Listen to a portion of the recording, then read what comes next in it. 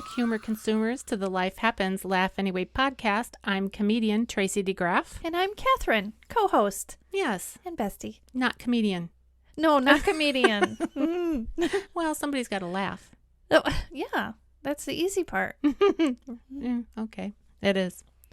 Well, we're here today for our 24th episode of the Life Happens, Laugh Anyway podcast. Yeah, So we are cranking them out. we are. Like little content crankers that we are. Just crank them out. And our topic for today is true crime and why women love it. Yeah. I'm Guilty. of that. Yes. I am. Yeah. Yeah. And we have a sponsor. We have two sponsors, actually, for this podcast. And who are they, Catherine? Muffin and Pooh. Our husbands. Yes, Ron and Kenny. Yay. Yeah, They're great guys. they are. And they do sponsor the podcast because they are very supportive of everything that we do. And right now, we're still sort of plugging along with the pandemic in terms of our ministry / job / career hasn't opened up just yet. No. We're still kind of waiting for those things to open up fully, but it's going to happen. Yeah, it has to. Yeah. Can't stay like this forever. No, because that wouldn't be living. Right. No way. Mm-hmm. So it's going to happen. Well, takeaways for today's podcast. Today, friends, we're going to go over the 5 reasons, and we've got 5 little reasons why women love true crime, and we're going to talk about it. Yeah. So the takeaway from it is just going to be, I guess you're just not going to feel bad about yourself for watching true crime because you're not alone, right? Yeah. I think that's a very good takeaway. It Because is. I do think that some people, myself included, kind of go back and forth on, ooh, is this wrong? I mean, this affects people who have been victimized, you know. Right. Yeah, so. Right. And speaking of the victims of true crime, we do have a call to action as well. And our call to action is coming at the end of the podcast. So stay tuned and don't skip out now. Yeah, And just stay to the end. Hang with us. And we're going to give you a fantastic call to action in regards to praying for these victims and families. So let's dive in, Catherine, with this true crime. Mm-hmm. And so this comes from an article. We researched a whole ton of stuff. There's so much stuff out there about true crime.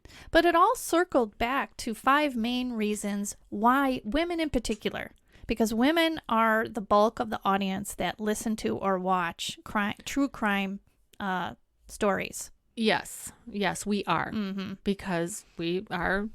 I don't know what makes us drawn to it so much, but that's what these. So this comes from the BBC. Mm-hmm. What does that stand for? British Broadcasting Corporation. Oh, I knew she would know because of your connections to Pretty sure England. that's it. Well, this comes from the BBC, and the article is titled, and we're going to link this in the show notes so that you can read the article for yourself, because we're not going to read the whole article. But the article is called True Crime, 5 Reasons Why Women Love It. Yeah. So the first reason is fear of crime. We all have more of a fear than men do of being somehow attacked. Right. Overtaken. Exactly. Bonked on the head and That's dragged right. away. Oh, gosh. Yeah, all kinds of horrible things. Yeah. Yeah. I mean, how many times have you walked out of a building with your keys ready to go many.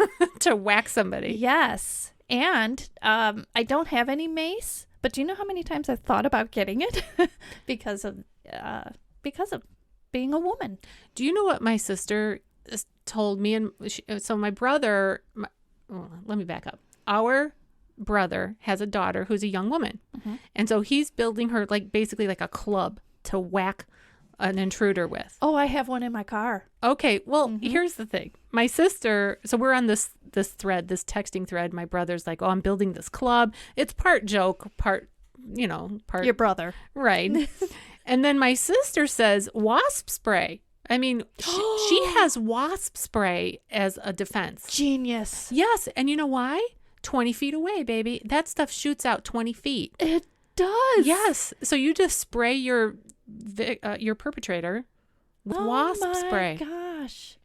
Good one, Kelly. I know. Wow. She's so smart. I'm going to get one. I'm getting some wasp spray too. I think it's more accessible, isn't it, than mace? Well, that's where do you go to get mace? It's probably cheaper, and mace probably is wasp spray in some manner or form, right? It's some sort of a thing that pepper spray makes people run away. Yeah. If you get sprayed with wasp spray in your face, it's not going to feel good. Yeah, it's going to burn. Yeah. So wasp spray. So that's a tip. That's awesome. I'm actually excited about that. I know. Of course, I don't like to have bulky things in my car, and you can't really carry around a can every time you're walking, but... Well, maybe you could get a travel size version. Wasp spray? I have no idea. It's for one wasp. Well, I know you could get a little one of DEET, like mosquito spray. That's not going to work, though. No, you've got to get the wasp spray. Oh. Well, let's get some. And then we'll try to remember to report back to our listeners about the wasp spray. Okay. But why not? Why not have it on hand? Better to have it and not need it than need it and not have it. There you go. I'm up with those quippy little things. Mm-hmm. All right. So fear of crime. What else? Yes, we're women, so we're vulnerable. Yeah. We're weaker than, the weaker sex, whatever, physically and blah, blah, blah. Right. I think overall, I think we feel that if we learn about it, we can sort of prevent it. It's really not true. Right. But I think that according to a lot of the research that I did, that was one of the big reasons is that women just deep down, they kind of feel that it's like a self-preservation thing. Absolutely. Yeah. That's some kind of protection. Tips and things like that. They feel like they can understand, or not understand, but learn how different women are attacked or things like that, or victimized, and then they try to think of ways that they can avoid it. I'm not gonna hook up with a guy like that. I'm not gonna do this. Look what we just talked about, the wasp spray, because we're instantly like, I want to prevent anything from happening. Yeah, exactly.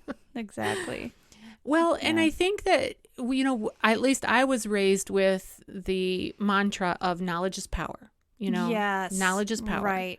So if you educate yourself about whatever the threats are, and then you try to, eliminate the threat. Exactly. Yeah. It's kind of too like a comforting illusion of control, Illusion is the operative word there. Yeah. Because it's really not. No. A measure of control. Right. But yeah, if it makes us feel better psychologically, then that's that. Right. All right. Anything else about fear before we move on to number 2? I don't think so. All right. The second one in this article is compassion for victims. Women have more compassion for things in general, I think.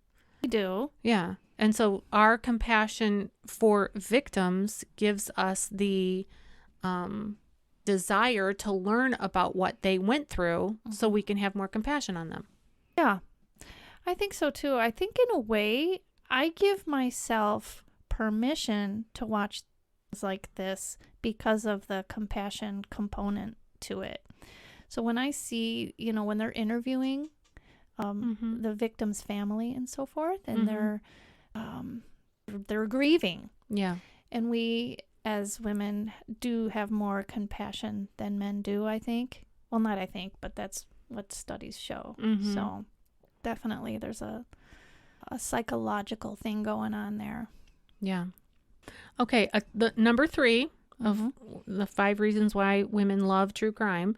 Number 3, and this one's an interesting one, is a fascination with motives. Oh, for sure. Now I could say that is something that has intrigued me since I was really young. And it starts out with like the stories you tell around a campfire or slumber parties, things like that.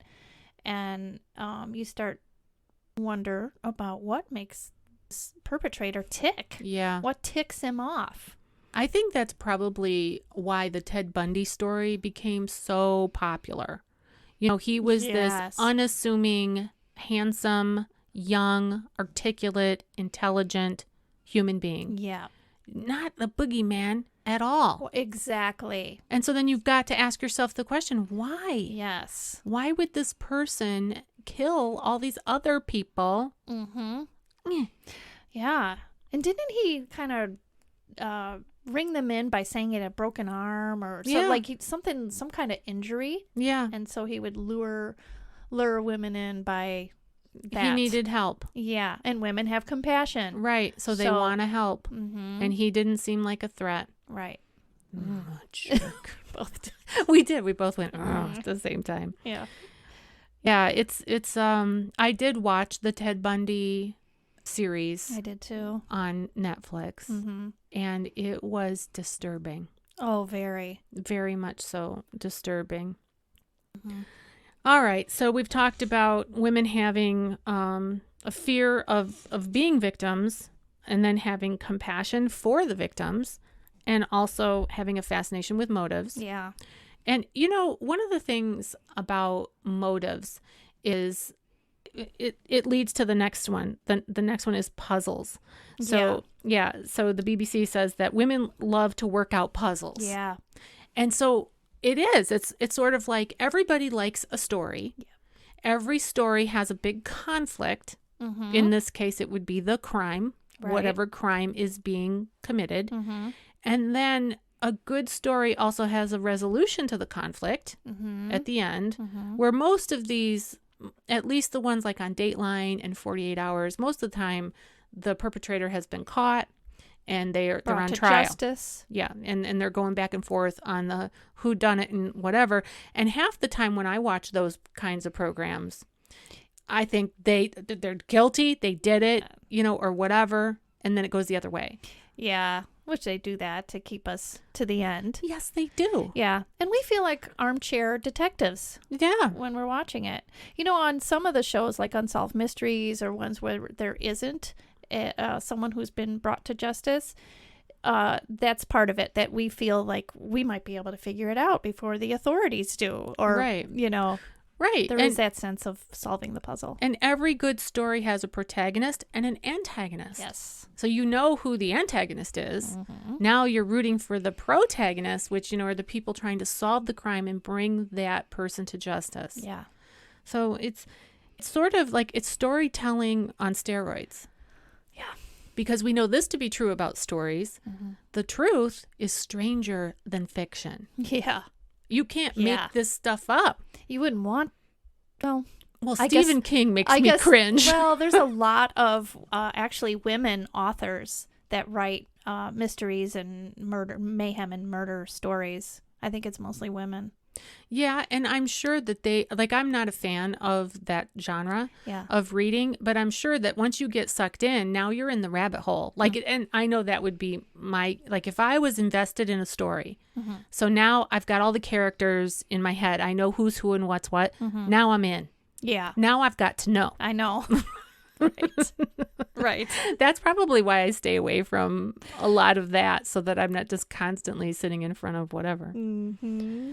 All right. So we love puzzles to work out. And the fifth reason that women love true crime, according to this article, is escapism. Yes. So what do you have to say about that, Catherine? Well, I have a lot to say about that.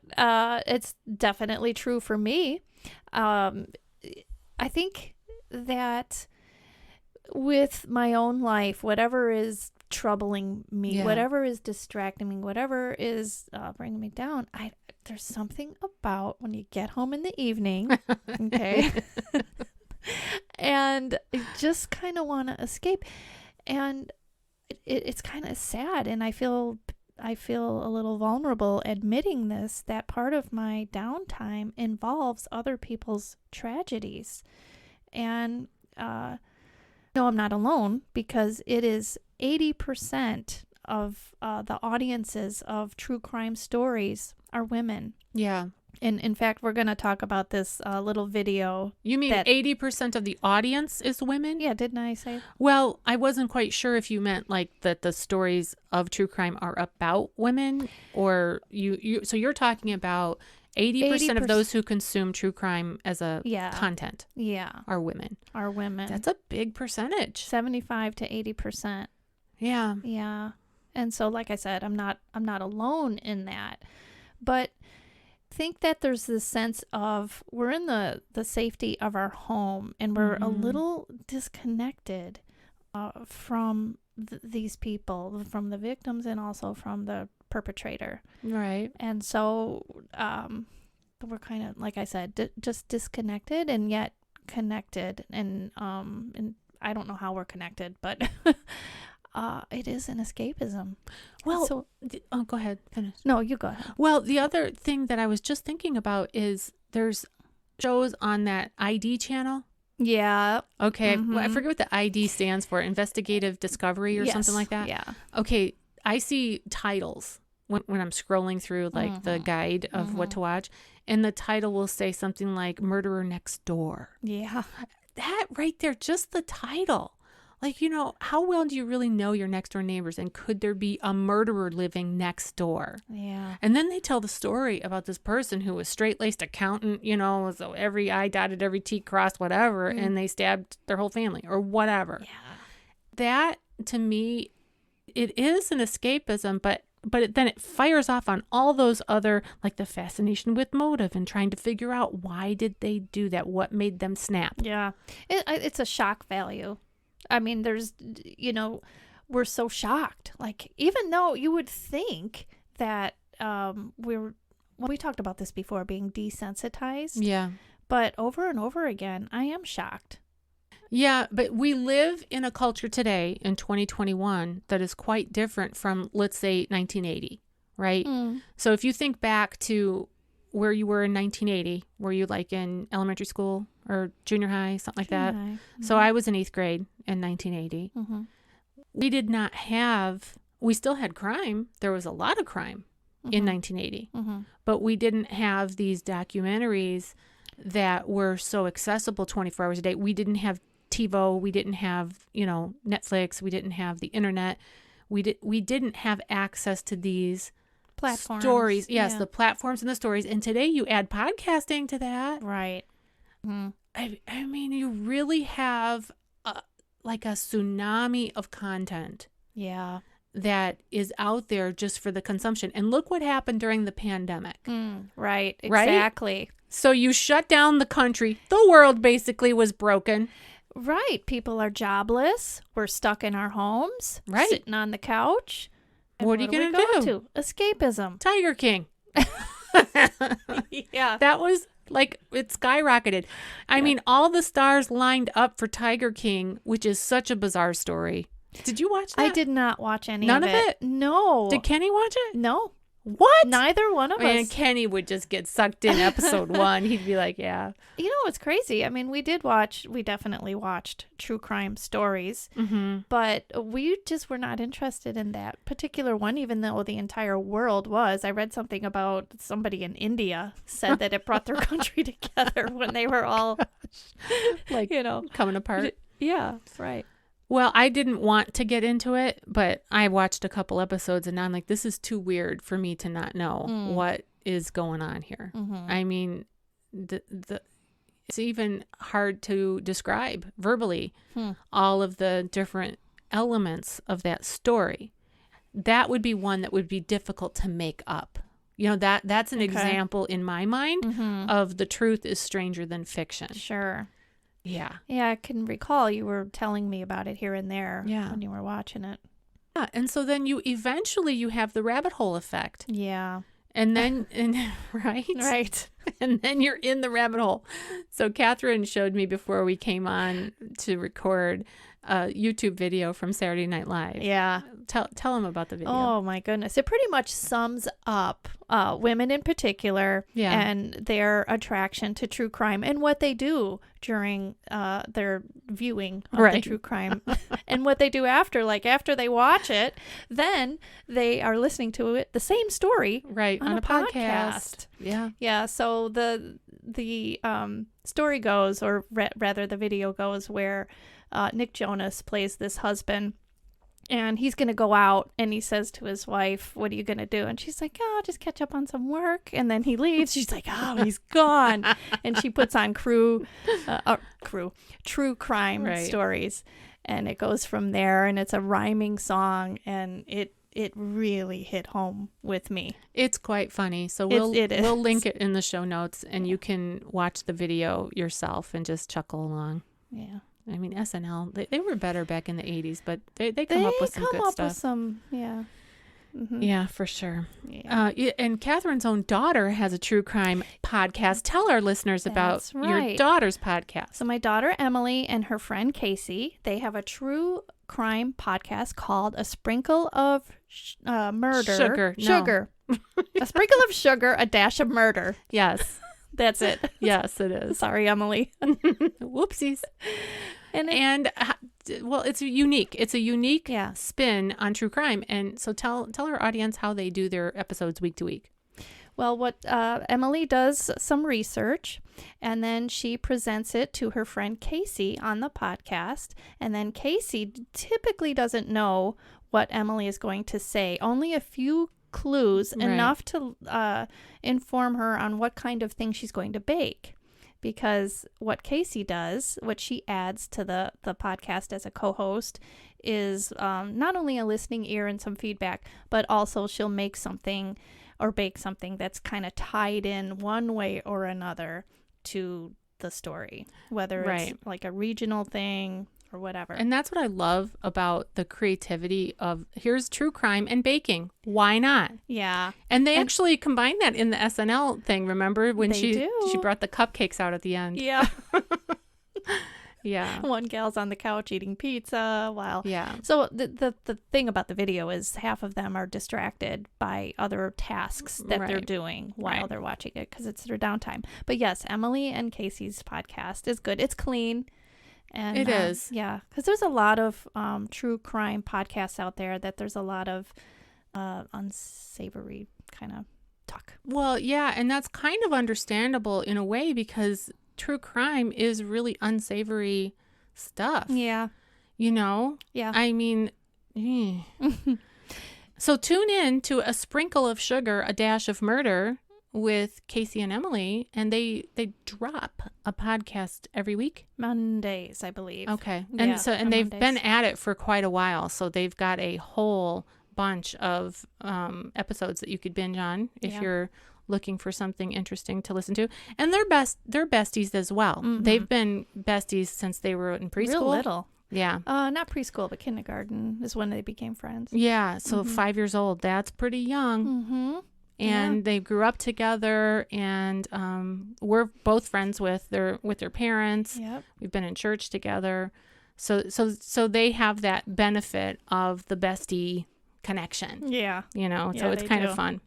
Speaking of Emily, she also wanted me to mention, because she and I were talking about what I asked her if she had anything to contribute to the podcast, and we talked about women being fascinated even in like 100 years ago. For example, the Lizzie Borden case. Yes. So in the Lizzie Borden case, in the courtroom, it was packed with women. They couldn't get enough of it.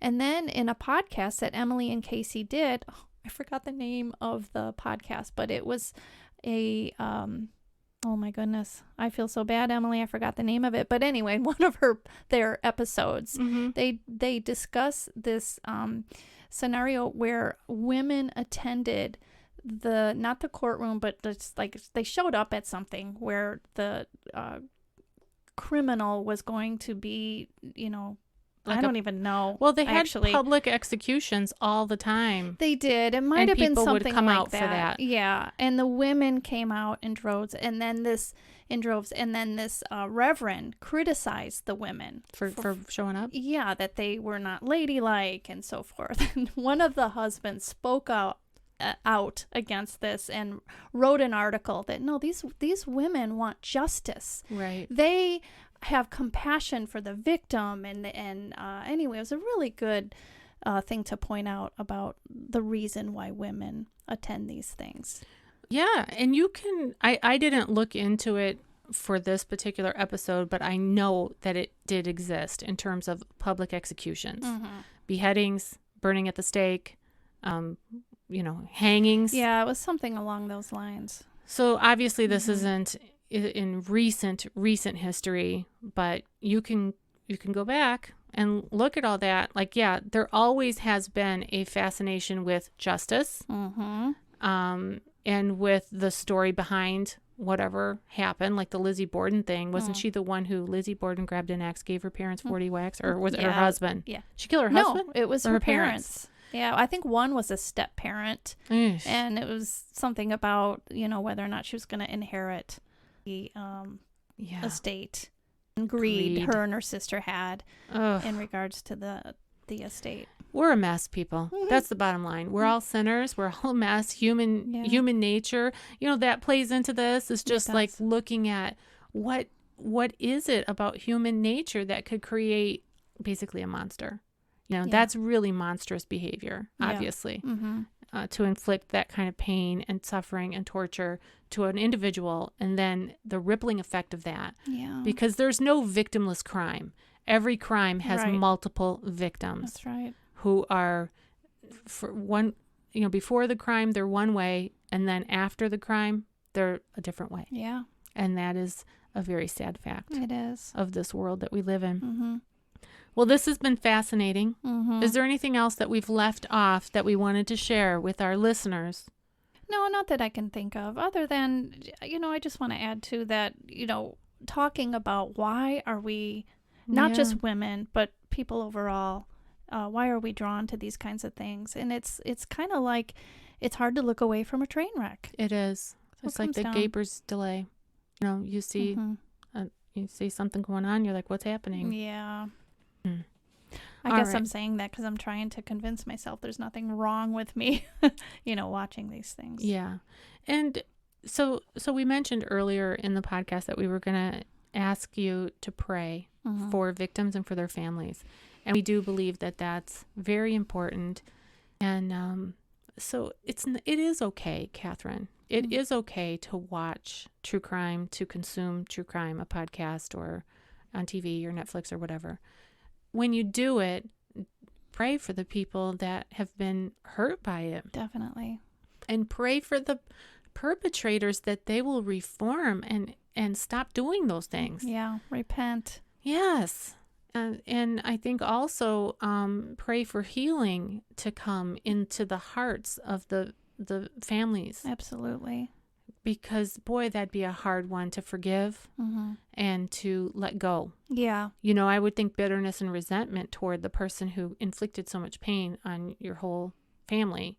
Yeah. Would be hard to let go of. I think it's hard for them to let go, too, when these things are being aired, though. Right. Whether it is on a podcast or on television, Netflix, whatever. Right. It's really hard for them, I'm sure. And they're being victimized all over again. And it's very painful for them. I would imagine that it would be. I mean, I don't know because I haven't been in that situation. But let's be mindful of that. Absolutely. And then the other thing that we talked about bringing to our listeners at the end of the podcast here, as far as spiritual inspiration, is for us to also be mindful of putting the Lord first. That's right. Putting the Lord first. Because let's say, for example, that you love true crime, you're addicted to true crime, you can't get enough of it, whatever. Maybe you need to take a step back from that and take a look at, well, how can I make sure that I'm putting the Lord first in all things in life? And so the scripture verse that we came up with to share is from Matthew. It's chapter 22, verse 37. And I don't have it pulled up. I forgot. So let me pull it up. 22:37. Okay, 22:37. Sorry for the clickety-clack. Clickety-clack, don't come back.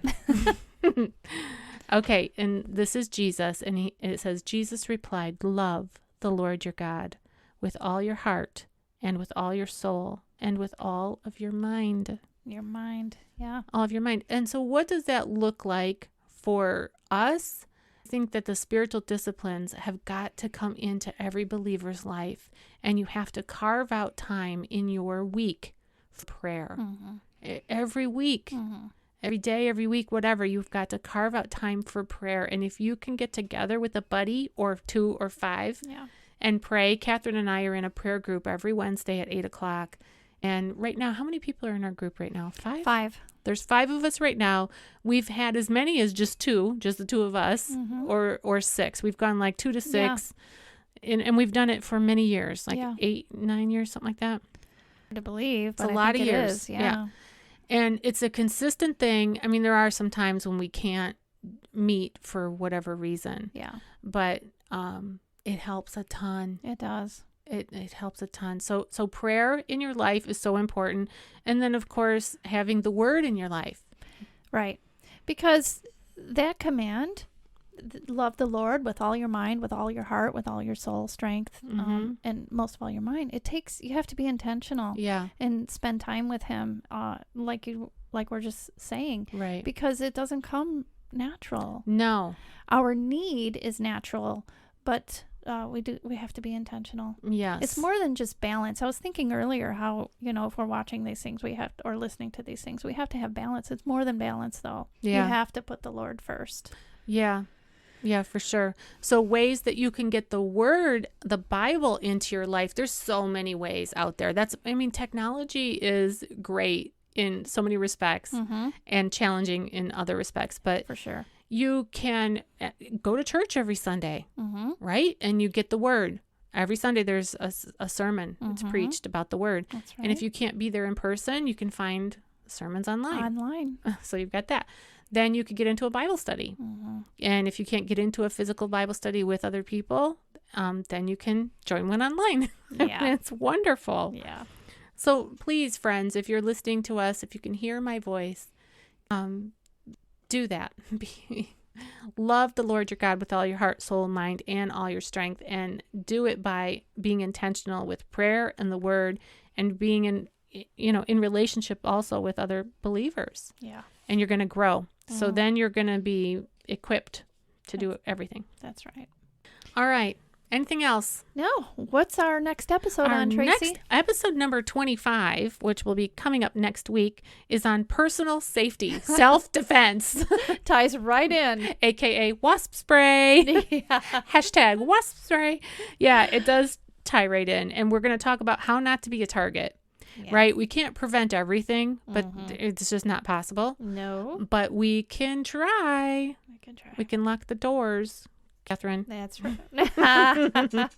We'll do now. Yeah, good. Yeah. We'll talk about that next week. Yes. All right. Well, you've been listening to the Life Happens, Laugh Anyway podcast, and I'm still comedian Tracy DeGraff. And I'm still Catherine. See you next time. Bye.